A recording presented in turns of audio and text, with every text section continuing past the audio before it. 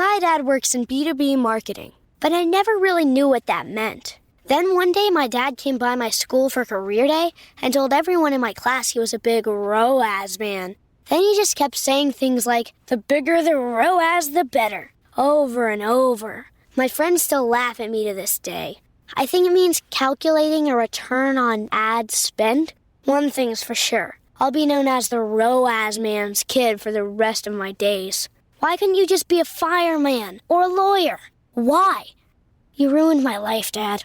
Not everyone gets B2B, but LinkedIn has the people who do. And with ads on LinkedIn, you'll be able to reach people based on job title, industry, likelihood to buy, and more. Start converting your B2B audience into high-quality leads today. We'll even give you a $100 credit on your next ad campaign. Go to linkedin.com/MPN to claim your credit. That's linkedin.com/MPN. Terms and conditions apply. LinkedIn, the place to be, to be. You may know you're listening to this show along the Marketing Podcast Network, but did you know there are other great shows on MPN to help your business? Seth Goldstein hosts a great podcast called Entrepreneur's Enigma. Seth, tell us what these fine folks will get when they listen. They will get me introducing them to some great entrepreneurs who have either found their way through the journey of entrepreneurship or who are entering entrepreneurship and can share their experiences. Amazing. Where can people subscribe? They can subscribe over at entrepreneursenigma.com. They can go over to marketingpodcasts.net, or they can just go to their directory of choice. I'm in there, and if I'm not, email me. Awesome. You heard him, folks. Go subscribe.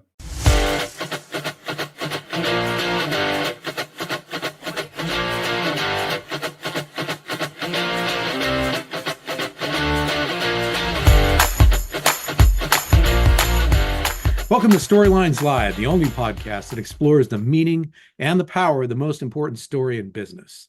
The one that answers why someone should buy from you, work for you, invest in you, or partner with you. This is the story that defines the very character and nature of an organization. At WordWrite, we call this your capital S story. In each episode of the podcast, we feature guests who have great insights on business storytelling, who can share their experiences and key learnings to help you and your organization do a better job of sharing your capital S story to deliver remarkable results. I'm really excited for our guest today, Jonathan Bernstein, chairman and founder of Bernstein Crisis Management. Telling your story in a crisis, I think, is one of the most important and also difficult things to do. And boy, Jonathan, he's got the bio to do this work. Let me tell you, as a self-professed internet nerd who's been online since 1982, has an amazing presence online, Jonathan, just blows me away. He's kind of the A to Z guy of crisis communications. He's done everything from accounting to white collar crime. There's probably a Z in there too, Jonathan. Started out kind of like me in journalism, investigative journalism. I also did that in my early career, but wound up becoming a well-respected crisis manager.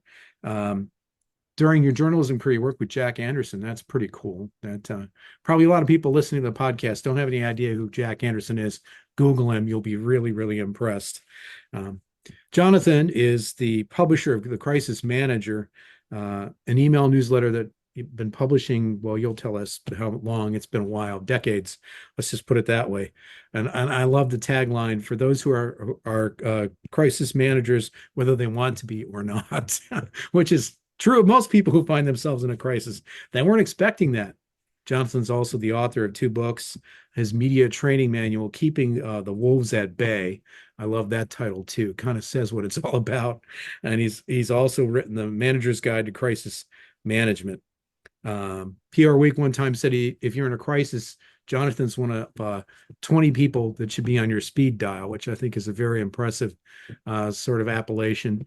And hey, listen, like a fair number of people who are in crisis management, Jonathan spent some time in military intelligence, right? So it's a good background. Jonathan, welcome to Storylines Live. Before we get into it, anything in your background that I missed that you think our audience should know? No, Paul, I think you summarized it pretty well. From 5 years in the Army to 5 years as an investigative and feature journalist, and then the rest of the career has been in PR and heavily in crisis management. Yeah. Yeah, we often at our firm we call that the brain surgery of PR, not because we want to pat ourselves on the back, but because if you make a mistake, the patient's dead. It's a Yeah, very high stakes game, right? yeah. Um, yeah. Uh, we always ask our guests, Jonathan, about their own definition of the capital S story. And, usually the way I phrase it is of the four questions that I described. Why would somebody buy from you, work for you, invest in you, or partner with you? Which is most important right now for Bernstein Crisis Management? Um, yeah, I would say invest in us, but not in the Hmm. financial sense, in the sense of buying into the basic best practices of crisis management as a fundamental part of doing business. It's one of the reasons why we offer free 1 hour presentations to boards of directors on best practices is they're not aware of them. They don't teach this in business school for the most part. And once they're aware of that, then they start understanding why they will actually save money and avoid a lot of crises if they integrate this into their business instead of treating it as a additional expense, additional effort for which I don't have the time, which is often the case until an organization has been through its first crisis. So, so true, my friend. We've known each other for a number of years, and we've had the opportunity to cross paths, and immense respect for what you do. Often think uh, in our world that what we do in this part of our professional lives is like insurance, right? Most business owners would not operate their enterprise without having the proper insurance. Yet, for some reason, the thought of proper planning and preparation in the event of a crisis doesn't seem to fall in the same category as having, insurance on the trucks or the building or It's a very good analogy, yeah. or refusing to ever have any kind of medical diagnostic test because, well, I'm fine, I'll be fine, I'll fine until you're not. Yeah. And and that's what I think people miss a lot about crisis management.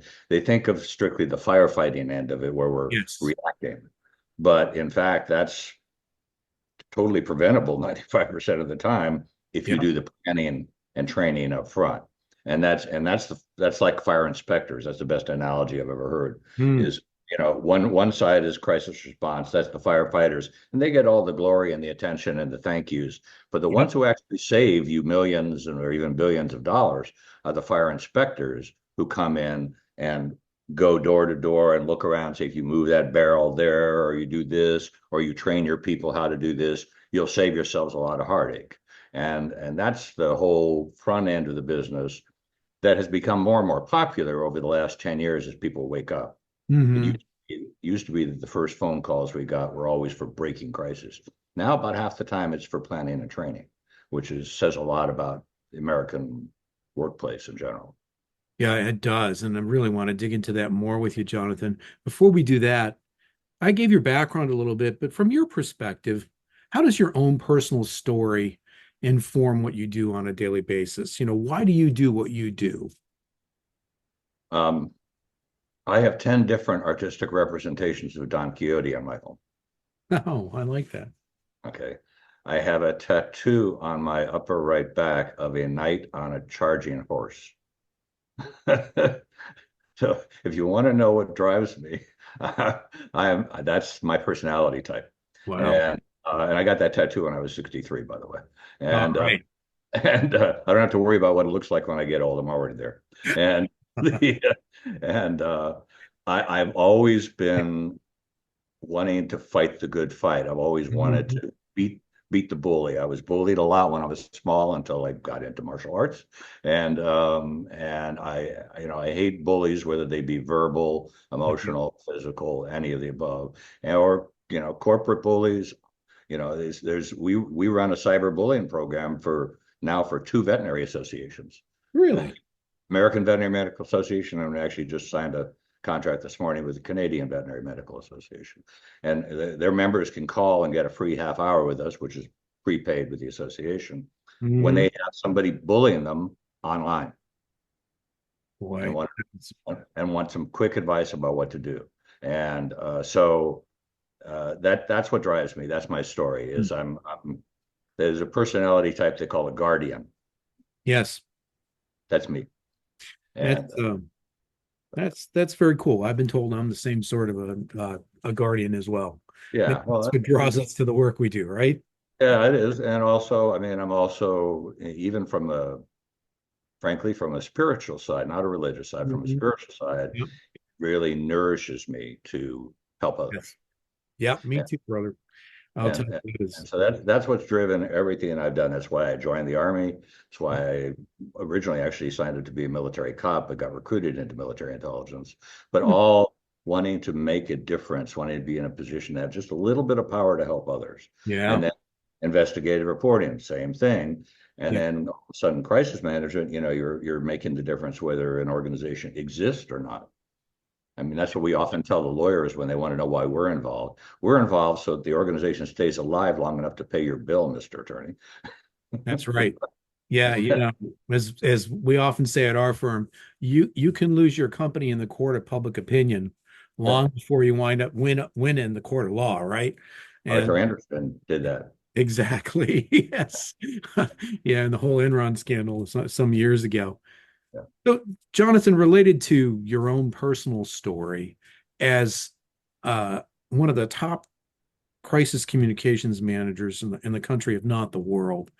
What's your view on storytelling? Obviously, we have this podcast and I gave my view, but how does storytelling in your mind fit into the work that you do? There's a crisis management pro up in Canada named Mark Toohey, who says that communication has been successful when the desired result has been achieved. And to do that, you have to tell your story, whatever the story is, because if you don't tell your story, someone else is going to tell you for you. Yeah. And that's on the internet, that is the thing. Your story will be told. I mean, these calls I get I got a call from one of the veterinarians this morning. It's someone else was telling the story of how their pet got damaged at this veterinary clinic. And even though their story is total bull, unless the vet tells their own, the other story will stand. Yeah, absolutely. So not only telling your story for proactive purposes, but it also creates a layer of protection if people know who you really are. Now, oh, that person couldn't have done what they're claiming. So it's part of, I always advocate proactive stuff to create a cushion of goodwill that gets you through crisis better, instead of the first time somebody hears of you is when somebody's complaining about you online. And so to do that, again, you have to tell your story proactively and reactively according to the situation. Absolutely, Jonathan. It's such good points.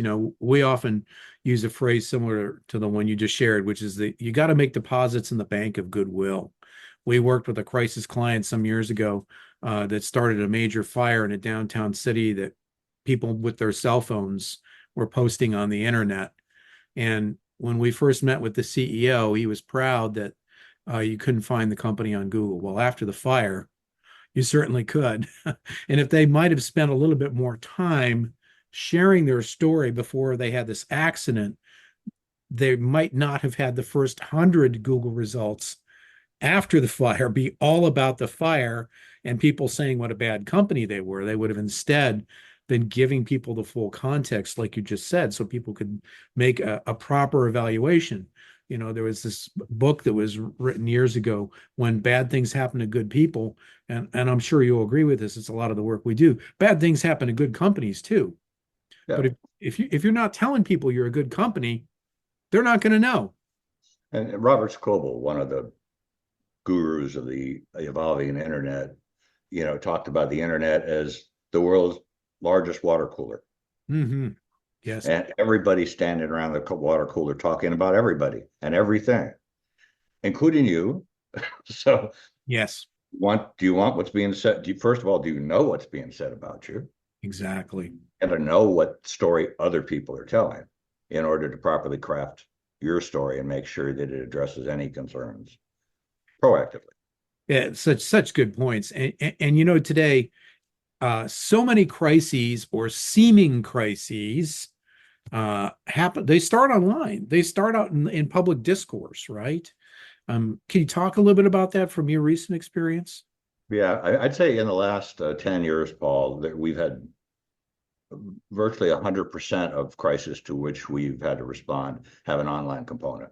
Yeah. 100%, always. Sometimes, probably half of those times, the problem exists entirely online, at least initially. Yes. And it comes usually from somebody who is unhappy, right or wrong, Yes. or it could be plaintiff's attorney. Oh, yeah. You know, because the old stand on the courthouse step, give an interview to the media thing has now evolved to launch an internet blitz. When you're ready to do that on plaintiff's side, so you never know when that stuff is going to come, and which is why, and a big thing that people miss is that monitoring end of things and making sure they're tracking what's going on. Yeah, Jonathan, such a good point. I have a call later today with a client. It's an industrial company. Now, your local coffee shop, is it any good? You might go on Google and check Google reviews. This industrial company had 0 Google reviews, and all of a sudden they got 2 one-star reviews related to a crisis that they have ongoing. And I just, one of the first things we shared with them is, are you sure that's not somebody who works for a plaintiff's attorney who's trying to stir things up? Yep. Yeah, they definitely go fishing. The other thing most people sometimes shake off and don't realize is that, like on Yelp, every half star you lose means a 15% loss in business. Wow. That's hard stats. That we've got, and we cite that in our best practices presentation along with the source that comes from. But that's, it's like, wake up here. What's it worth to keep a happy customer instead of having that half star drop? Do you think, Jonathan, to kind of piggyback off of that the increase you've seen in demand for proactive planning is related to that? That people are seeing this happen to other companies and they're thinking, oh boy, I can't ignore this internet thing. It's not going to go away. Yeah. And it's, again, it's kind of interesting as someone who's been a nerd all his life, and suddenly to see people wake up in the early 1990s and we can ignore it. I mean, in the early days of the internet, a very major company we worked with had to literally change their brand in the United States because of 4 bloggers who used to be salespeople for them, trashing them, and the company choosing to ignore the bloggers. And so $1 billion company had to go through a huge amount of expense to literally change its brand because they came in too late. At that point, and I was part of the team that came in and said, these guys have done so much damage. That name's trash for a long time now. And now they could have done even more. That was just when blogs were the only social platform that was significant. And so now you can go. I mean, the veterinarian who called me this morning was already being trashed on Yelp, Instagram, and one other platform, and they did nothing wrong. Yeah, when I got into the news business, which is probably not too distant from when you did, we used to say the news cycle was 24 hours. Now it's less than 15 minutes. If you don't respond to something online in 15 minutes or less, you could quite literally be trashed. Yep. Yeah, it takes very little time. And on some subjects, people pile on because of the emotion. Again, I'll use the example of the veterinarians. Pet lovers, and it's wonderful. I'm a pet lover. But what a lot of them do online is they see one person complaining and they believe them verbatim. Absolutely. And then they pile on that veterinarian without knowing anything. But they've then increased the findability of that negative news. Every time they add something, they're mentioning the company name again or the vet again, and that just Googling, it's hitting Google's algorithm every single time they do that. Love those algorithms. They see all those mentions, and they don't have any filter in terms of the quality of the commentary. They're just going to continue to send traffic that way and heighten it. Folks, stay tuned. We're going to really dig into some of the very interesting work that Jonathan does in his firm. First, we're going to take a break. We'll be right back.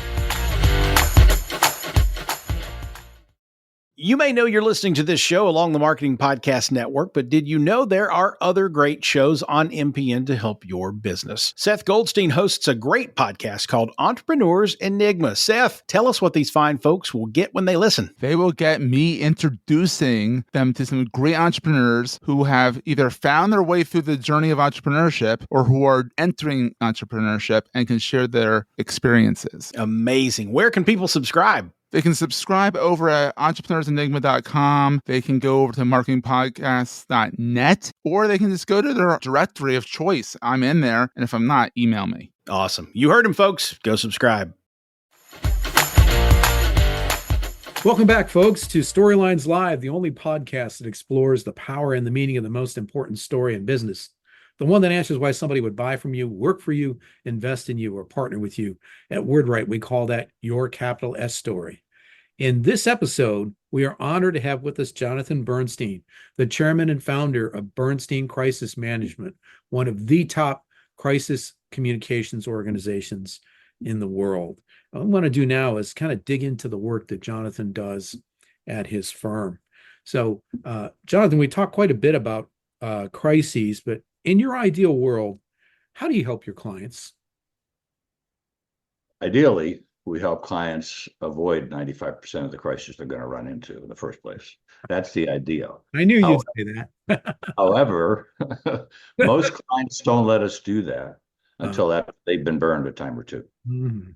And so it's just, prevention is always way less expensive than, and from both financial and reputation point of view than strictly response. But sometimes companies just don't give it the focus they need to give it until stuff's hit the fan. Yeah, boy, that is for sure. A lot of times there was university research done decades ago that something like 95% of crises are predictable. I always think about the BP Explorer in the Gulf of Mexico. If you're going to drill for oil 10,000 feet below the surface of the Gulf of Mexico, don't you think a broken pipe would be one of the logical things? You think? Well, we've gone in and reversed engineered, if you will, how crises have happened many times now, and invariably we find some point where someone knew something. Yes. I just don't want to bother the people back at headquarters, or, oh, that'll never happen. We don't have to worry about it. Or we can jury rig something here. That'll work. And there's always a point where there's been word has been known and has not been passed up the chain, or it's passed up the chain and they said, it's 5% chance that happening. Don't worry about it. It's kind of like when, pharmaceutical companies talk about, well, yeah, 2 or 3 people died, but it was statistically insignificant. Yeah, it's not a convincing argument. No, it absolutely is not. It causes people to go crazy. Now, you've been in business for 30 years. Yeah. What led you to start the company?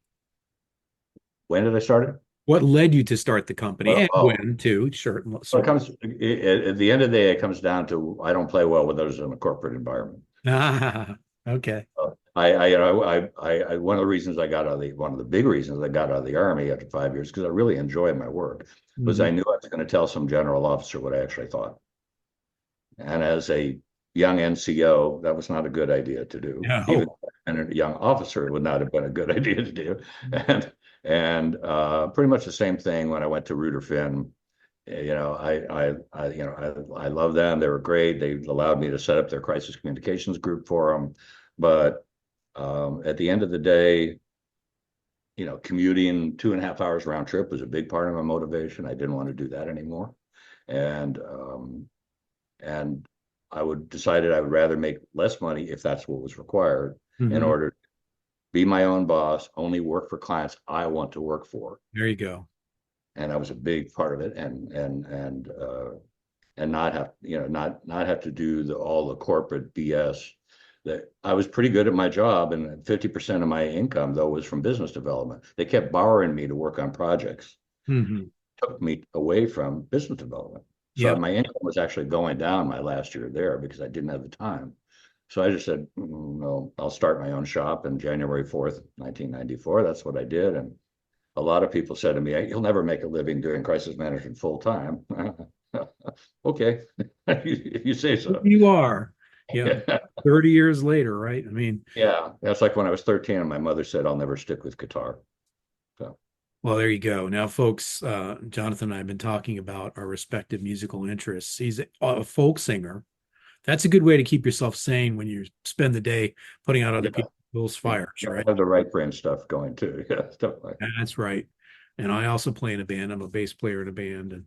And yeah, music is good for the soul, but also a good distraction from, I mean, frankly, and you, as a crisis counselor, you spend time with people in some of the worst moments of their lives. It's really it can be very difficult and challenging work. Yes, there is a lot of hand holding involved. My personality is such that I lead with compassion usually, and we teach our clients, you always want to come across as compassionate, confident, and competent. Wonderful. I love that. 3 C's right there. 3 C's of effective communication in a Mhm. crisis or any other time. Excellent. And you can't go wrong. If you don't deal with people's feelings first, they won't listen to the facts. Before we took our break, you were talking about your work with veterinarians, and you mentioned that, people will glom on. That's that feeling thing. I mean, people are feeling for the animal or whatever. They may not even know the facts yet. Uh, and that's the nature of being human. We operate from that part of our being, right? Exactly. And so we tell the vets, when you write up a statement, which we're always happy to review for them, start off with, we understand why you're upset. We'd be upset if we read a story like that too, but that story isn't true. Here's our story. There you go. Well said. Now, there are a lot of people who claim to do crisis management, and I'm sure this has happened with you. At our firm, there have been a number of times when we brought in to clean up a mess that was started by somebody else, because this is absolutely, for those of you listening, there's a lot of the marketing and PR world where it's all about awards, right? This is a very difficult area to apply for or win awards, because really success, and I often say this, Jonathan, there ought to be an award for the best headline you never read. If a crisis counselor is doing their job properly, you're not going to know that there was a crisis. And ideally, perhaps it would have been avoided. As you look at kind of what's out there in this field, what makes Bernstein crisis management different from people who would claim to be your competitors? The level of direct service, amongst other things. We literally are available 24/7. If a client's paying for that, they get 24/7. Right. And so, for example, on these hotlines that we manage, we also man hotlines for a couple of insurance companies that provide crisis management insurance, which is pretty cool. That's a new thing that's come on the market now. And they refer their clients to us. And, we say it rings at 2 a.m., we'll pick up. And we have a line that rotates to whoever's on duty for that hotline. And right now it's me, but when I'm on vacation, somebody else on my team will be on duty. So it's all about being highly, highly responsive. It's number one. Mm-hmm. Number two, you always get only senior level advice. We don't have account executives. We don't have junior account executives. We have people who at any agency would be senior VP and above. Mm-hmm. I think that's we'll be putting this episode at some point when it's edited on YouTube, not right away. So you folks are gonna have to wait to understand what I'm going to say next. But this is the one area of our business where people like to see gray hair. They want to know you've been around the barn a few times, right? Yeah, exactly. I mean, and had experience with as many different industries and situations. Yes. Yeah, it's I know we do regular training for a very big fast food company and do crisis simulation exercises. And it's one of the things that they like is we can simulate. We know, in fact, we did a crisis simulation for them a week before the recent hurricane hit Texas and affected them. And the simulation we did a week earlier was a Cat 5 hurricane hitting the East Coast. Wow. So we actually tested their plan, and then a week later they had to use their plan, but it just in a different part of the country. And so that's that kind of personalized attention, ability to adapt, quickly produce, and deliver services. The first time we worked with them, we had a week to develop and deliver an exercise, and we did. And one of my team went to New York and did training for this company, and so on. The other big differences, frankly, is pricing. We run a virtual business and have for 30 years. We don't have brick and mortar to support. So the top rates at the big agencies are going to be 60-70% higher than we charge. Mm-hmm. The crisis management is the highest paid specialty, my knowledge, in PR, but our rates are still way lower than I'd be charging still if I was still at Ruder Finn or any of the big agencies, or even in the big specialty crisis management shops. So that's the three things that the personal service and availability, certainly pricing, and our ability to be very, very, very nimble. We don't have a lot of people involved in our decision making. That's great, because in a crisis, you need to move fast. You don't want to be climbing through layers of bureaucracy or doing a lot of handoffs, right? Right. Can you share a success story or two from your work? Something you're proud of that demonstrates the value of what you do? Sure. So for about 8 years, Craigslist was my client. Wow. And I worked, and they hired me at the time that they were being dragged through the mud over still hosting adult services ads. Oh, right. I remember that. Yes. And they were trying to fiercely resist any attempt to direct them because they're very libertarian in their outlook and we don't want government. But that was a losing argument, and because they had 13 state attorney generals after them and a congressional committee. Oh my. That's when I got called. Wow. and I got screened by, I was one of several agencies they talked to, but apparently the reason I got hired is because I didn't, as Jim Buckmaster, the CEO of Craigslist, said, you didn't fawn on us. No. And I said, I don't fawn. And so anyhow, we got them ready. I took them to Congress. I got them ready for a congressional committee, and they did some big news interviews. And a major news network, when they interviewed Jim Buckmaster, we both overheard the interviewer afterwards saying, I kept trying to get him to respond the way if she was just expressing frustration, he wouldn't say what I wanted him to say. That from a media trainer, a crisis media trainer's point of view, that's ultimate success. He got all his message points across, and he frustrated the journalist. Here you go. That is success, isn't it? Well, Jonathan, this has been a great conversation in this episode. We could obviously talk for hours. It's a very interesting area of work that most clients hope they never have to experience.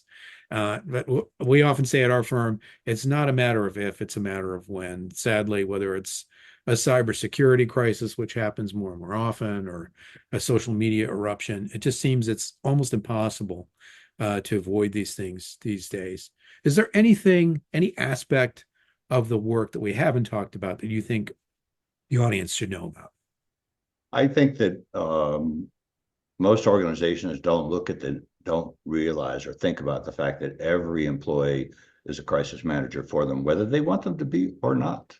And so everybody needs to know what their responsibility is or is not during a crisis. And at least some level of training needs to go out to everybody, even if the only thing that most people get is if you're asked by the media or anybody else about a topic, all you have to do is say, I am not a spokesperson, but here's the spokesperson over here. And that's it. So, but if they don't do that, that's how you end up with, security guards giving interviews after a fire at a manufacturing plant. So you need to consider not just your leadership team, but everybody. Well said, my friend. Well said. How can people best reach you, Jonathan? A couple of ways. My phone number, 626-825-3838. The website is bernsteincrisismanagement.com, just like it sounds. and it's Jonathan at BernsteinCrisisManagement.com as an email address. And I respond to all of those, and my phone number can be texted. And I'm always happy to talk to people about their potential needs, or if they've got a leadership team that would like a best practices presentation, we happen to do that on a virtual basis. Wonderful, my friend.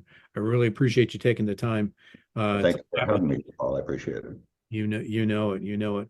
Folks, also really glad to have you with us on this episode of Storylines Live, the only podcast that explores the power and the meaning of the most important story in business, why somebody would buy from you, work for you, invest in you, or partner with you, even in a crisis. See you next time.